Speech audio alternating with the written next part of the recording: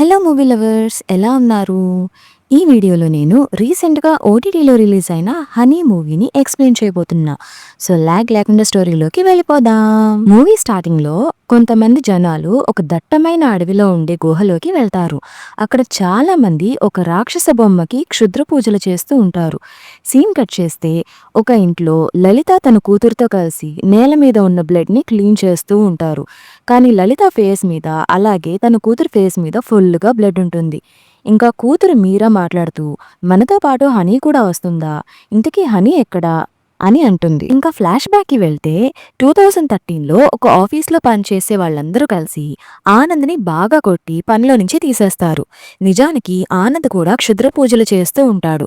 ఆ పూజల వల్ల ఆఫీస్‌లో పనిచేసే వాళ్ళకి ఏవో ప్రాబ్లమ్స్ వస్తున్నాయని కొట్టి పంపించేస్తారు. ఇంకా ఆనంద్ ఆ దెబ్బలతో ఇంటికి వెళ్ళాక తన ఒంటిపైన దెబ్బలు చూసి లలిత ఏమైంది అని అడుగుతుంది. అందుకు ఆనంద్, "నా జాబ్ పోయింది. నిన్ను పెళ్లి చేసుకున్నాక ఈ దరిద్రం పుట్టింది. అంతా దీనివల్లే" అని ఉయ్యాల్లో ఉండి తన కూతుర్ని తిడుతూ ఉంటాడు. అందుకు లలిత, "పాపని ఏమైనా తిడితే నేను ఒప్పుకోను. ముందు నువ్వేం చేశావో చెప్పు" అని అంటుంది. కానీ ఆనంద్ లలిత మాటలు పట్టించుకోకుండా పూజ గదిలో ఉండే దేవుడి ఫోటోలు తీసేసి ఆ ప్లేస్‌లో మనకి స్టార్టింగ్‌లో ఒక రాక్షస బొమ్మను చూపిస్తారు కదా! ఆ ఫోటోలు పెట్టుకొని వాళ్ళలాగే పూజలు చేస్తూ ఉంటాడు. అలా సీన్ కట్ చేస్తే 2019లో ఆనంద్ పూజలు ఎక్కువ అవుతాయి. శ్మశానంలో, ఖాళీ ప్లేస్‌లో ఎక్కడ పడితే అక్కడ పూజలు చేస్తూ ఉంటాడు. అలా బయట పూజలు చేసి ఇంటికి వచ్చే దారిలో ఆనంద్‌ని చూసి కాలనీ వాళ్ళు ఏవేవో మాట్లాడుకుంటారు. ఇంకా ఆనంద్ ఇంటికి వెళ్ళాక లలిత ఆనంద్‌తో మాట్లాడుతూ, "కిరాణా షాప్ వాడు ఇంటికి వచ్చాడు. పాప స్కూల్ ఫీజు పెండింగ్‌లో ఉంది అని నోటీస్ పంపారు. అందుకని నేను మనీ అంతా ఫీజు పే చేసేశాను. నా ఒక్కదాని సంపాదన సరిపోవడం లేదు. నువ్వు కూడా ఏదైనా జాబ్ చూసుకో" అని అంటుంది. అందుకు ఆనంద్, "ఇప్పుడు ఈ దరిద్రం చదువుకోకపోతే ఏమైనా నష్టమా? కీచర అనుగ్రహం వచ్చే వరకు వెయిట్ చేయి. అప్పుడు కోట్లు సంపాదించొచ్చు" అని అంటాడు. అందుకు లలిత, "నీ చేతకానితనాన్ని పక్కన పెట్టి పాపనెందుకు తిడతావు? అంతగా అయితే నీ పూజ సామాన్ల కోసం నన్ను డబ్బులు అడగొద్దు. నువ్వే కొనుక్కో" అని అంటుంది. అందుకు ఆనంద్‌కి కోపం వచ్చి, "సంపాదిస్తున్నావని పొగరా" అని లలితని కొడతాడు.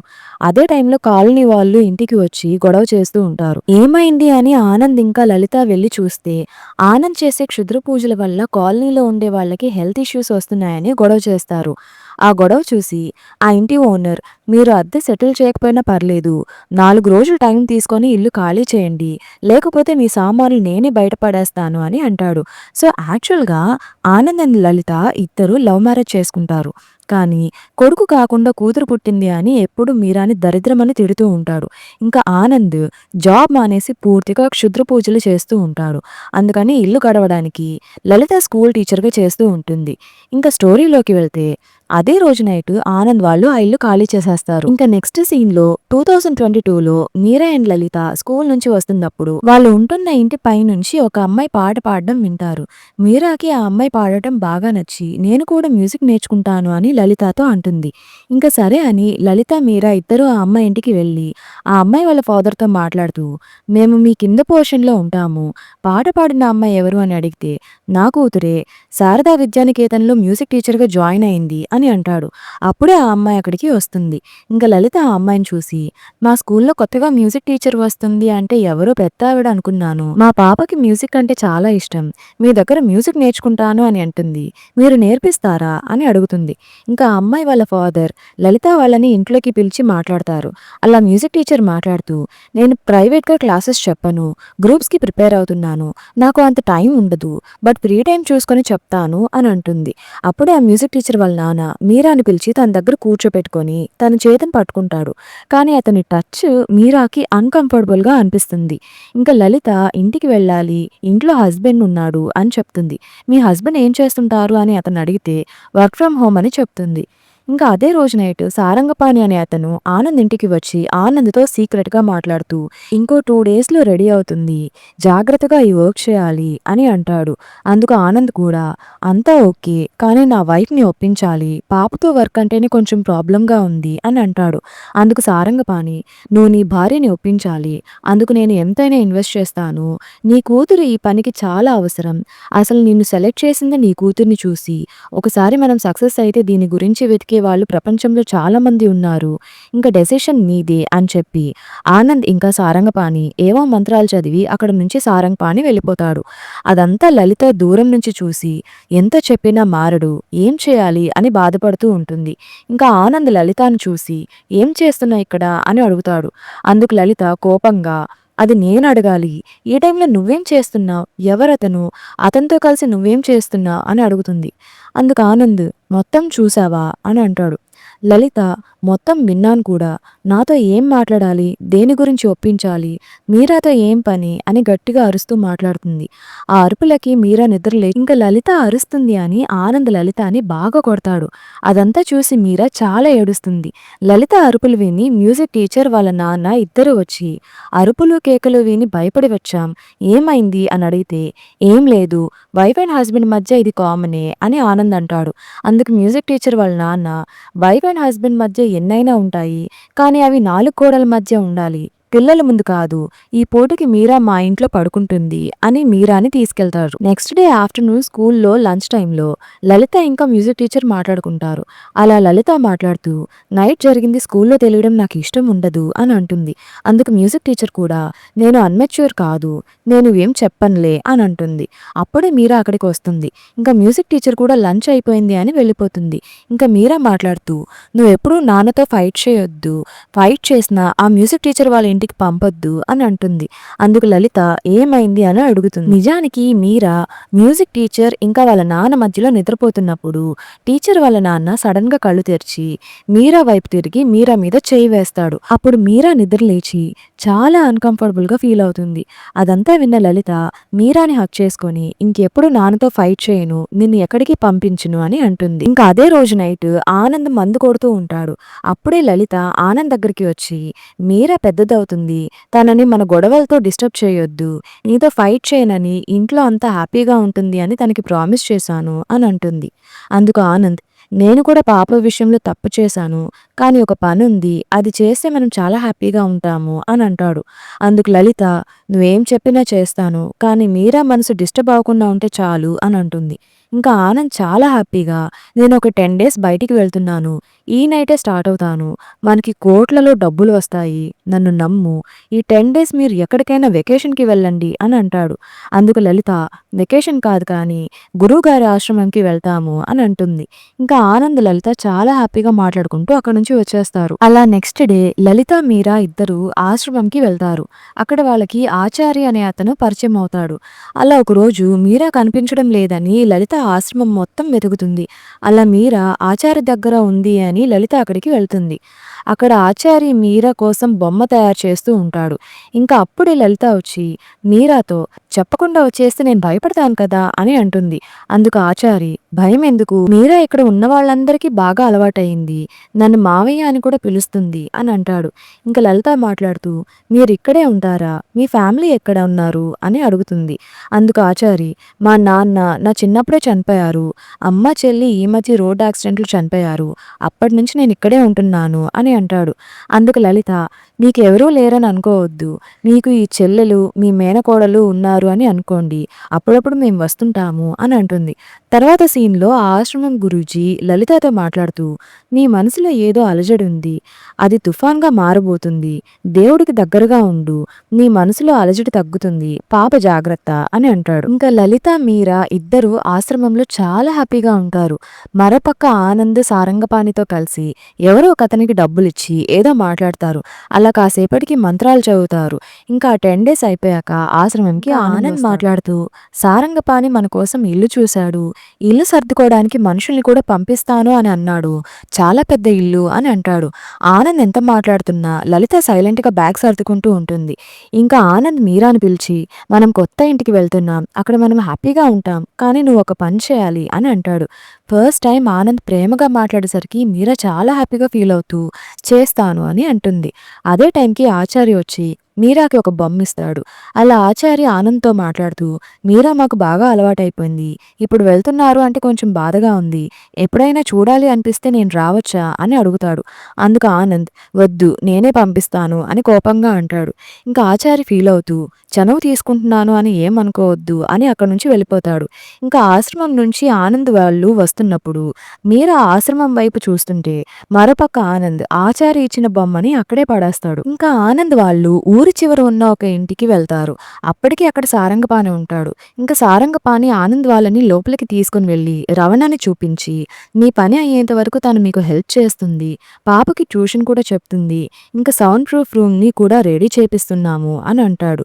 అలాగే రవణతో ఒక బొమ్మని తెప్పించి, మీరాని ఈ బొమ్మతో ప్రాక్టీస్ చేపించు, తనని రెడీ చేయి, మనకి ఎక్కువ టైం లేదు అని అంటాడు. అదే రోజు నైట్ లలిత ఆనంద్తో ఏడుస్తూ మాట్లాడుతూ, నువ్వు నాకు చెప్పిందేంటి, ఇక్కడ చేస్తుందేంటి, నిన్ను నమ్మి ఇక్కడికి వచ్చాను, 10 రోజుల తర్వాత అంతా మారిపోతుంది అని చెప్పావు కదా, ఎవరు వీళ్ళంతా, వీళ్ళని చూస్తుంటే భయం వేస్తుంది, మీరా చిన్నపిల్ల, తనతో నువ్వు ఏం చేపిస్తున్నావు అని అంటుంది.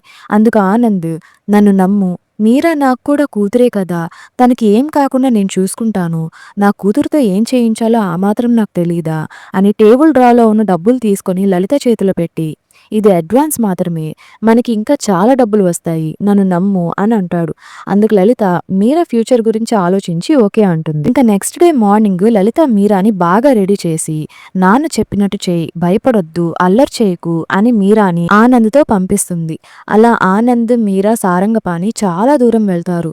అలా ఈవినింగ్ అయిపోతుంది. ఇంకొక ఫారెస్ట్ లోకి వెళ్ళి అక్కడ ఒక ప్లేస్ సారంగపాణి వాళ్ళు మనీ ఇచ్చిన అతను ఒక సంచి తీసుకొచ్చి మీరాకి ఇస్తాడు. కానీ సంచి కదులుతుంది అని మీరా భయపడి, నాకు భయమేస్తుంది, లోపల ఏదో ఉంది, అది కదులుతుంది అని అంటుంది. అందుకు ఆనంద్, అలా భయపడకూడదు, నిన్ను తీసుకొచ్చింది దీన్ని తీసుకోవడానికే అని అంటాడు. ఇంకా సంచి ఇచ్చే అతను పాప వయసెంత అని అడుగుతాడు. 11 అని ఆనంద్ అంటాడు. ఇంకా అతను మాట్లాడుతూ, జాగ్రత్త, ఇంటికి వెళ్ళేదాకా సంచి కింద పెట్టకూడదు, చెయ్యి మారకూడదు, ఈ కాలం ఆడపిల్లలు 10 ఏళ్లకే పెద్దవాళ్ళు అవుతున్నారు, పని అయ్యేంత వరకు పాప పెద్దది కాకుండా చూసుకోండి, లేకపోతే చేసిన పని అంతా వృధా అయిపోతుంది అని అంటాడు. ఇంకా మీరా ఆ సంచిని తీసుకున్నాక ఆ నైట్కి ఇంటికి వెళ్తారు. కానీ మీరా దగ్గరికి లలితని కూడా రానివ్వకుండా మీరాని సౌండ్ ప్రూఫ్ రూమ్లోకి పంపిస్తాడు. ఇంకా మీరా ఆ రూమ్లో సంచి ఓపెన్ చేశాక అందులో కడుపుతో ఉన్న ఒక పిల్లి ఉంటుంది. ఇంకా ఆ పిల్లిని మీరా చేత కట్టించి మీరాని కూడా అదే రూమ్లో ఉంచేసి రూమ్ లాక్ చేస్తారు. అలా రోజులు గడిచాక మీరాకి పిల్లి తలకి ఎలా తాడు కట్టాలి అనేది రవణ ఇంకా ఆనంద్ నేర్పిస్తూ ఉంటారు. పాపం మీరా పిల్లి అరుపులకి ఉలిక్కిపడి లేచినా తనని దగ్గరికి తీసుకోవడానికి ఎవరూ రారు. లలిత కూడా కిటికీలో నుంచి చూస్తూ బాధపడుతుంది. ఇంకా మీరా ఆ పిల్లికి ఫుడ్ పెట్టడం, ఆ పిల్లితోనే రూమ్లో ఉంటూ ఒంటరిదైపోతుంది. అలా ఒక రోజు నైట్ పిల్లి గట్టిగా అరుస్తుంది. ఆ అరుపు విని మీరా ఆనంద్ ఇద్దరు ఉలిక్కిపడి లేస్తారు. ఇంకా ఆనంద్ పిల్లి దగ్గరికి వెళ్ళి, పిల్లల్ని పెట్టే టైం వచ్చింది అని రవణతో ఒక తాడు తెప్పించి పైన కట్టేసి ఇంకా అంతా నువ్వే చూసుకోవాలి అని మీరాతో చెప్పేసి బయటకు వచ్చేస్తాడు. ఆనంద్ టెన్షన్ చూసి లలితకి అక్కడ ఏం జరుగుతుందో ఏం అర్థం కాదు. ఇంకా రవణ కూడా సారంగపాణికి ఫోన్ చేసి పూజలో కూర్చుంటుంది. ఇంకా మీరా కూడా ఆ తాడుని పిల్లి మడకి ఉరిలా కట్టేసి వచ్చేస్తుంది. అప్పుడే సారంగపాణి అక్కడికి వస్తాడు. ఇంకా ఆనంద్ సారంగపాణి కిటికీ దగ్గరికి వెళ్ళి పిల్లల్ని ఈనేసిందా, మాయపడిందా అని చూస్తూ ఉంటారు. అదంతా అక్కడే ఉన్న లలిత కూడా చూస్తూ ఉంటుంది. ఇంకా పిల్లలన్నీ బయటికి వచ్చాక మాయ పడింది అని చూసి ఆ పిల్లిని తాడుతో లాగేస్తారు. అది చూసి లలిత షాక్ అయ్యి అక్కడే పడిపోతుంది. ఇంకా పిల్లి చనిపోయాక ఆనంద్ లలితని రూమ్లోకి తీసుకెళ్లి పడుకోబెడతాడు. మరోపక్క రవణ మీరాని లోపలికి తీసుకెళ్లి ఆ పిల్లి మాయని ఒక కుండలో వేపిస్తుంది. సారంగపాణి కుండని తీసుకెళ్లి కీచర ఫోటో ముందు పెట్టి పూజలు చేస్తూ ఉంటాడు. మరోపక్క లలితకి ఫిట్స్ వస్తూ ఉంటాయి. కానీ లలితని ఎవ్వరూ పట్టించుకోరు. అంతా అయిపోయాక రవణ ఆ రూమ్ అంతా క్లీన్ చేశాక మీరా ఆ రూమ్లోకి వెళ్ళి చనిపోయిన పిల్లిని చూస్తుంది. అది సడన్ గా లేచి కేక వేసేసరికి మీరా ఒక్కసారిగా ఉలిక్కి పడుతుంది. ఇంకా నెక్స్ట్ డే మార్నింగ్ సారంగపాణి ఆ పిల్లిని ఇచ్చిన అతనికి డబ్బులు ఇచ్చి ఇంకో 2 days లో వస్తాము, ఈలోపు వేరే పిల్లిని రెడీగా ఉంచమని చెప్తాడు. ఇంకతను మాట్లాడుతూ, పాప ఎలా ఉంది, పాప పెద్దది కాకుండా చూసుకోండి అని అంటాడు. అందుకు ఆనంద్, పాప పెద్దది అవ్వకుండా ఉండడానికి డాక్టర్తో మాట్లాడి అరేంజ్ చేసి ఉంచాను అని అంటాడు. కానీ అందుకు లలిత ఒప్పుకోదు అని, లలితని కూడా తను చూసుకుంటా అని అంటాడు. మరోపక్క మీరా లలిత దగ్గరికి వెళ్ళి లలిత ఏడవడం చూసి, ఏడవద్దమ్మా అని అంటుంది. ఇంకా రవణ మష్రూమ్స్ కలిపిన జ్యూస్ని లలిత చేత తాగించి అమ్మ రెస్ట్ తీసుకోవాలి, తనని డిస్టర్బ్ చేయొద్దు అని మీరాని అక్కడి నుంచి తీసుకొచ్చేస్తుంది. ఆ తర్వాత రవణ ఒక డాక్టర్ని తీసుకొస్తుంది. అప్పుడే అక్కడికి ఆనంద్ వస్తాడు. ఇంకా ఆ డాక్టర్ లలితకి ఇంజెక్షన్ చేసి రోజుకి ఒక ఇంజెక్షన్ చేయాలి, లలిత దాదాపు 20 గంటలు మత్తులోనే ఉంటుంది అని అంటుంది. అందుకు ఆనంద్ మరి మందు సంగతి ఏంటి అని అంటాడు. అందుకు డాక్టర్ ఇవి చాలా రేర్ మష్రూమ్స్, ఛత్తీస్గఢ్ అడవుల్లో మాత్రమే దొరుకుతాయి, ఇంకా 2 డోసులు వెయ్యాలి, దాంతో దాదాపు 5 సంవత్సరాల వరకు మెంటల్ స్టెబిలిటీ తగ్గుతుంది, ఈ ఇంజెక్షన్ వల్ల లలిత చాలా వైలెంట్గా బిహేవ్ చేస్తుంది, మీరు హ్యాండిల్ చేయడం కష్టమే, చైన్ తెప్పించి పెట్టుకోండి అని అంటుంది. అదంతా బయట కిటికీలో నుంచి మీరా చూస్తూ ఉంటుంది. అలా డాక్టర్ వెళ్ళిపోయాక లలిత సడన్ గా కదులుతూ గట్టిగా అరుస్తుంది. అది చూసి మీరా చాలా భయపడుతుంది. ఇంకా నెక్స్ట్ డే మీరా లలిత దగ్గరికి వెళ్తుంటే రవణ వచ్చి అమ్మని డిస్టర్బ్ చేయొద్దని చెప్పాను కదా అని తిట్టి లలిత రూమ్ కి తాళం వేస్తుంది. ఆ తర్వాత మీరా నిద్రపోతున్నప్పుడు మీరాకి పిల్లి సౌండ్స్ వినిపించి లేస్తుంది. ఇంకా అప్పుడే మీరా దగ్గరికి తనలాగే ఉన్న పిల్లి వస్తుంది. అంటే పిల్లితో ఉన్న ఇన్సిడెంట్స్ చూడడం వల్ల పిల్లి మనిషిలా మారి తన రూపంలో వచ్చినట్టు మీరా డెల్యూషన్ లోకి వెళ్ళిపోతుంది. ఇంకా మీరా ఆ పిల్లికి హనీ అని పేరు పెడుతుంది. ఇంకా ఆ హనీ మాట్లాడుతూ అమ్మ అలా సిక్ అయిపోవడానికి కారణం ఏంటో తెలుసా, అలా అవ్వకపోతే నిన్ను బయటికి తీసుకెళ్లడం కుదరదు కాబట్టి అని అంటుంది. అలాగే నీకు అమ్మని చూడాలని ఉందా, తాళాలు ఎక్కడ ఉన్నాయో నాకు తెలుసు అని రవణ వాళ్ళకి తెలియకుండా హనీ మీరాని తీసుకెళ్లి తాళాలు చూపిస్తుంది. ఇంకా మీరా ఆ తాళాలు తీసుకుని లలిత రూమ్ దగ్గరికి వెళ్లి డోర్ మధ్యలో నుంచి లలితని చూస్తే లలిత కాళ్ళకి గొలుసు కట్టేసి చాలా డిఫరెంట్ గా బిహేవ్ చేస్తూ ఉంటుంది. అది చూసి మీరా భయపడుతుంది. నెక్స్ట్ సీన్ లో ఆనంద్ అదే డాక్టర్ ని మీరా దగ్గరికి తీసుకొచ్చి మీరాతో మాట్లాడుతూ నిన్ను ఒకసారి డాక్టర్ చెక్ చేస్తుందంట, నువ్వు నీరసంగా ఉన్నావని బలానికి నీకు ఇంజెక్షన్ వేస్తుంది, రేపు మనం బయటికి వెళ్ళాలి, డాక్టర్ ఏం చెప్తే అది చెయ్యి అని అంటాడు. ఇంకా డాక్టర్ ఆనంద్ వాళ్ళని బయటికి వెళ్ళమని చెప్తుంది. అలా డాక్టర్ మీరాకి ఇంజెక్షన్ చేస్తుంది అని మీరా ఏడుస్తూ నాకు ఇంజెక్షన్ అంటే భయం, ఇంజెక్షన్ చేయొద్దు అని డాక్టర్ చేతిలో ఉన్న ఇంజెక్షన్ ని కిందకి అనేస్తుంది. అందుకు డాక్టర్కి కోపం వచ్చి మీరాని కొట్టి మీరా బ్లడ్ శాంపిల్ తీసుకొని అక్కడి నుంచి వెళ్ళిపోతుంది. ఇంకా మీరా ఏడుస్తూ ఉన్నప్పుడు ఆనంద్ మీరా దగ్గరికి వస్తాడు. ఇంకా మీరా ఏడుస్తూ మాట్లాడుతూ నేను స్కూల్కి వెళ్తాను, ఎక్కడికి రాను, అమ్మ రూమ్లోనే ఉంటాను అని అంటుంది. అందుకు ఆనంద్ అమ్మకి హెల్త్ బాగలేదు కదా, అమ్మని హాస్పిటల్లో జాయిన్ చేపిస్తున్నాము, మనం బయటికి వెళ్ళాలి అని అంటాడు. కానీ మీరా వద్దు అని ఎంత రిక్వెస్ట్ చేసినా ఆనంద్ వినకుండా అక్కడి నుంచి వచ్చేస్తాడు. అప్పుడు హనీ మీరా దగ్గరికి వచ్చి ఈ రోజు నిన్ను అమ్మ దగ్గరికి తీసుకెళ్తాను అని అంటుంది. అందుకు మీరా నాకు ఆ డాక్టర్ నచ్చలేదు అని అంటే ఆమె అసలు డాక్టరే కాదు అని హనీ చేస్తే మీరాతో మళ్ళీ వేరే పిల్లిని తెప్పించి మీరాని అదే రూమ్ లో ఉంచుతారు. ఇంకా అప్పుడు హనీ వచ్చి మీరాతో మాట్లాడుతూ నిన్ను అసలు స్కూల్కి పంపించరు అని అంటుంది. అందుకు మీరా అలా ఏం కాదు, నాన్న చెప్పాడు, అమ్మ హాస్పిటల్ నుంచి రాగానే నన్ను పంపిస్తాను అని అన్నాడు అని అంటుంది. అందుకు హనీ అసలు వాళ్ళు అమ్మని హాస్పిటల్కి తీసుకెళ్లరు, ఆ పిల్లల్ని పెట్టగానే ఇంకో పిల్లి వస్తుంది, ఇది ఆగదు అని అంటుంది. మరోపక్క ఆచారి మ్యూజిక్ టీచర్ వాళ్ళ ఇంటికి వెళ్లి లలిత వాళ్ళ గురించి కనుక్కుంటాడు. కానీ లలిత ఎక్కడ ఉంది అనేది తను తెలుసుకోలేకపోతాడు. ఇంకా ఆనంద్ రవణ లలితని కట్టేసి డాక్టర్తో ఇంకో ఇంజెక్షన్ వేయించాలని చూస్తారు. అప్పటికి లలిత వద్దు వద్దు అని చాలా రిక్వెస్ట్ చేస్తుంది. కానీ ఆనంద్ రవణ లలితని గట్టిగా పట్టుకొని డాక్టర్తో బలవంతంగా ఇంజెక్షన్ చేయిస్తారు. అదంతా మీరా ఇంకా హనీ కిటికీలో నుంచి చూస్తూ వాళ్ళు చెప్పింది చేయకపోతే నిన్ను కూడా అలాగే కట్టేస్తారు అని హనీ మీరాతో అంటుంది. ఇంకా పిల్లల్ని కనే సౌండ్ విని లలిత నిద్ర లేచి పిచ్చి పట్టిన దానిలా నవ్వుతూ మళ్ళీ మొదలు పెట్టారా, ఇది ఆగదు అని మీరాని తలుచుకొని ఏడుస్తూ ఎవరిని వదిలిపెట్టను, అందరినీ చంపేస్తా అని గట్టిగా నవ్వుతుంది. ఇంకా ఆనంద్ సారంగపాణి పిల్లిని చంపేశాక మీరా రూమ్ లో నుంచి పిల్లి మాయని కుండలో తీసుకొచ్చి రవణకి ఇస్తుంది. ఆ తర్వాత మీరా అక్కడే వామిటింగ్ చేసుకుంటుంది. ఇంకా డాక్టర్ వచ్చి మళ్ళీ బ్లడ్ తీసుకుని ఇంజెక్షన్ చేస్తూ అక్కడే గోడ మీద డేట్స్ రాస్తూ ఉంటుంది. ఇంకా ఆనంద్ సారంగపాణి డాక్టర్ మాట్లాడుకుంటారు. అలా డాక్టర్ మాట్లాడుతూ ఇంకో 2 months కి ఇంజెక్షన్ వేస్తే సరిపోతుంది అని అంటుంది. అందుకు సారంగపాణి పాపతో మాకు 2 years వరకు పని ఉంది అంటూ డబ్బులు ఇస్తాడు.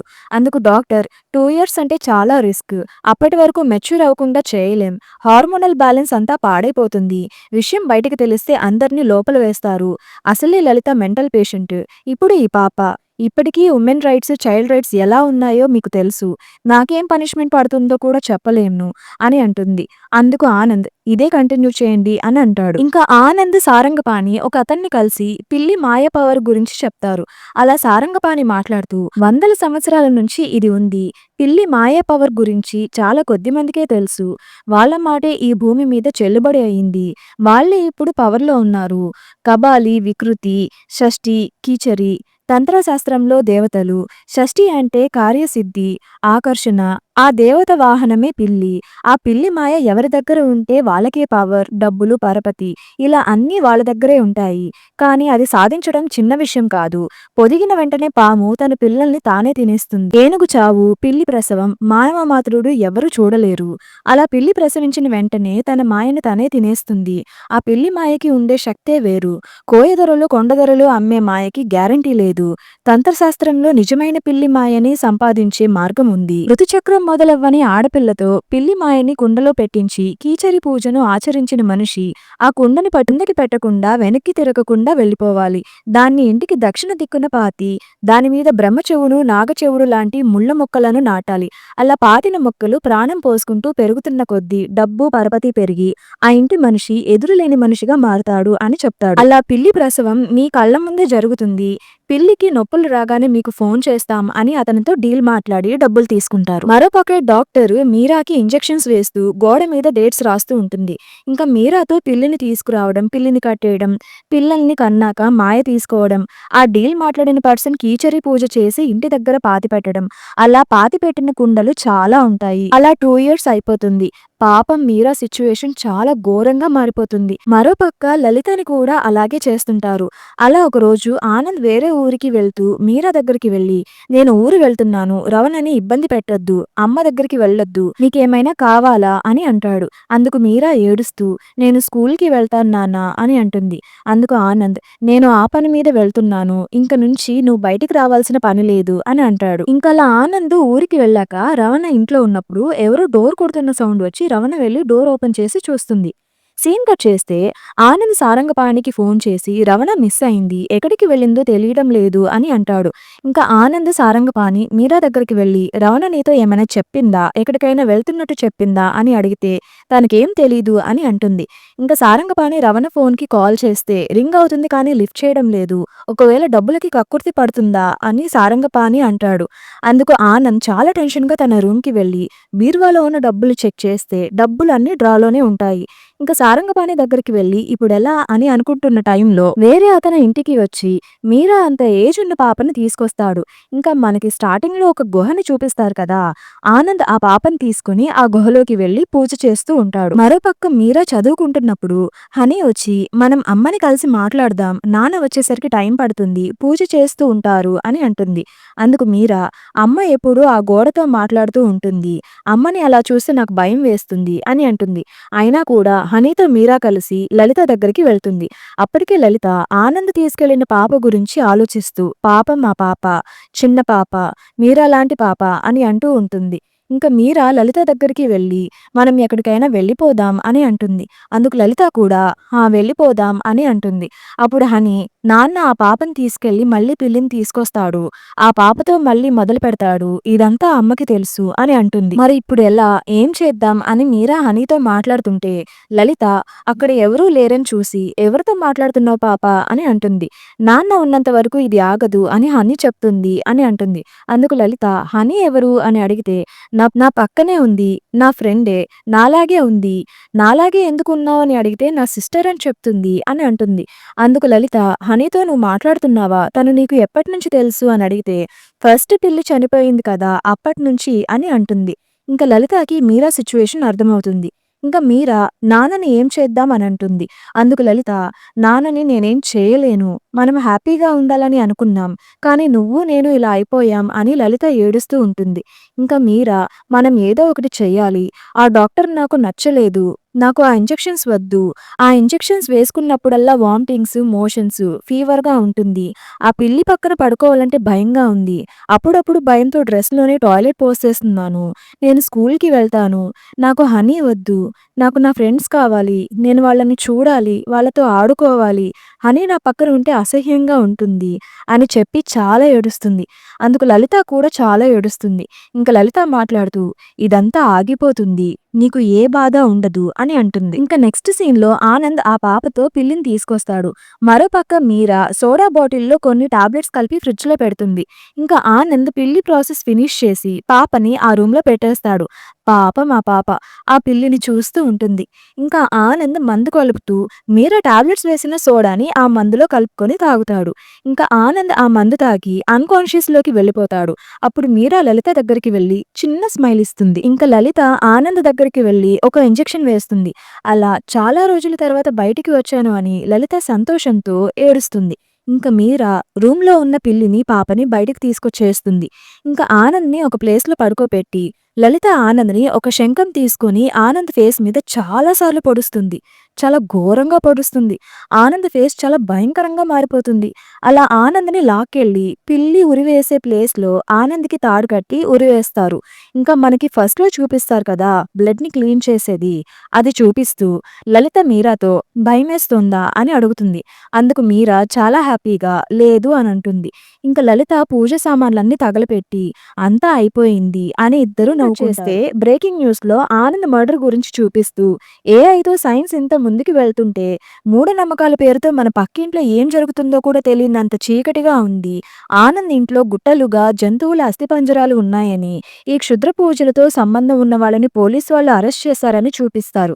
అలాగే లలితని కూడా అరెస్ట్ చేస్తారు. ఇంకా ఆ పాపని కూడా పోలీసు వాళ్ళు పట్టుకుంటారు. ఇంకా లలితకి ఇంజెక్షన్ వేసి ఆనంద్‌ని ఎవరు చంపారు? ఎందుకు చంపారు? అసలు ఏం జరిగింది అనేది పోలీసులు తెలుసుకుంటారు. అలా లలిత మాట్లాడుతూ ఆనంద్ నేను ఇద్దరం ప్రేమించి పెళ్లి చేసుకున్నాం. మంచిగా జాబ్ చూసుకోమని లైఫ్ బాగుంటుంది అని చాలా సార్లు చెప్పాను. నా మాట వినలేదు. ఈజీ మనీ అని తక్కువ టైంలో కోట్లు సంపాదించాలి అని క్షుద్ర పూజలు, మంత్రాలు అని నన్ను నా పాపని నాశనం చేశాడు. అందుకే చంపేశాను. అలాగే రవణని కూడా నేనే చంపాను. ముందు చంపింది రవణనే. అది మనిషి కాదు పిశాచి అని అంటుంది. అలా ఫ్లాష్ బ్యాక్‌కి వెళ్తే ఆనంద్ ఊరు వెళ్ళాక ఇంటికొకరు వస్తారు. ఎవరా అని రవణ డోర్ ఓపెన్ చేసి చూస్తే ఆశ్రమం నుంచి ఆచారి వస్తాడు. లలితకి నేను అన్నయ్య లాంటి వాణ్ణి. ఒకసారి లలితను చూడొచ్చా అని అడుగుతాడు. తనకి ఒంట్లో బాగోలేదు అని ఆనంద్ కూడా ఇంట్లో లేడు అని చెప్తుంది. అదే టైంకి మీరా వస్తుంది. అప్పుడు ఆచారి మీరాని చూసి మీరా ఏంటి ఇలా అయిపోయింది అని మీరా దగ్గరికి వెళ్తాడు. అలా ఆచారి మీరాని చూసి ఏంటి ఇలా అయిపోయావు అని అంటాడు. అప్పుడు రమణ వచ్చి తనకి కూడా ఒంట్లో బాగోలేదు అని అంటుంది. ఇంకా లలిత అని ఒకసారి చూసి వెళ్ళిపోతాను అని అంటే ఇంక రమణ ఇప్పుడే వస్తాను అని లలిత దగ్గరికి వెళ్ళి ఆశ్రమం నుంచి ఎవరో ఆచారి అంట నిన్ను చూడ్డానికి వచ్చాడు. ఎంత చెప్పినా వెళ్ళడం లేదు. నీకు ఇంజెక్షన్ వేస్తాను. నువ్వు పడుకో. నిన్ను చూపించి పంపించేస్తాను అని లలితకి ఇంజెక్షన్ చేసి కాలికి ఉన్న సంకెళ్ళు తీసేస్తుంది. ఇంక లలిత ఇదే ఛాన్స్ అని ఆ గొలుసుని రమణ మెడకి చుట్టి గట్టిగా బిగించి చంపేస్తుంది. ఇంక మీరాని గట్టిగా పిలుస్తుంది. అప్పుడు మీరాతో ఉన్న ఆచారి లలిత అరుపులు విని వెళ్లి చూస్తే రవణ చనిపోయి ఉంటుంది. లలితని అలా చూసి ఆచారి షాక్ అవుతాడు. ఇంకా ఆచార్యని క్వశ్చన్ చేస్తే లలిత మా ఆశ్రమంకి వచ్చినప్పుడు తను ఏదో సమస్యలో ఉంది. అది ఎవరికి చెప్పుకోవాలో తెలియక నాకు చెప్పుకుంది. ఆ తర్వాత మళ్ళీ తను ఆశ్రమంకి ఎప్పుడూ రాలేదు. ఆ తర్వాత లలిత కోసం చాలా వెతికాను. 3 ఏళ్ల తర్వాత తన ఇంటి అడ్రస్ తెలుసుకొని వెళ్లి చూశాను. లలిత ఉన్న పరిస్థితిలో శవాన్ని మాయం చేయడం తప్ప నేనింకేం చేయలేదు. అలా అని లలితని మీరాని నాతో తీసుకెళ్లలేను అని అంటాడు. అలా లలిత మీరాతో మాట్లాడుతూ ఆ రోజు నేను ఒప్పుకోకుండా ఉండుంటే నువ్వు నేను ఇలా అయ్యేవాళ్ళం కాదు. నిన్ను నేనే నాశనం చేశాను అని అంటుంది. ఇంక మీరా ఏమైంది అని అడిగితే పాపకి ఏం బాధ లేదు. గులాబీ పువ్వులా ఉండేది నా పాప. చాలా అందంగా, బాగా చదువుకునేది. ఈ దెయ్యాల మధ్య ఉండి నలిగిపోయింది. ఒంటి నిండా సూదిపోట్లు, హార్మోనల్ ఇంబాలెన్స్ అని అన్ని ఇంజెక్షన్స్‌తో కుళ్ళిపోయింది నా కూతురు. ఈ పిశాచాల మధ్యలో ఉండి ఏది నిజమో, ఏది భ్రమో తెలియక పిచ్చిది అయిపోయింది. అందుకే ఈ బాధలు తనకి ఉండకూడదు అని దూరంగా పంపించేశాను అని ఏడుస్తూ అంటుంది. లలిత బాధని విన్న ఆ డాక్టర్ కూడా బాధపడుతుంది. అప్పుడు పోలీసులు శవాల్ని తవ్వుతున్నప్పుడు అందులో మీరా వేసుకున్న గౌన్ కనిపిస్తుంది. అంటే లలిత మీరాని కూడా చంపేసి ఉంటుంది. చిన్న ఏజ్‌లో చదువుకి, ఆటలకి దూరమై, వాళ్ళ నాన్న తంత్రాల పిచ్చికి బలి అయిపోయి, తల్లి చేతిలో మీరా చనిపోతుంది. అలా మూవీ ఎండ్ అయిపోతుంది.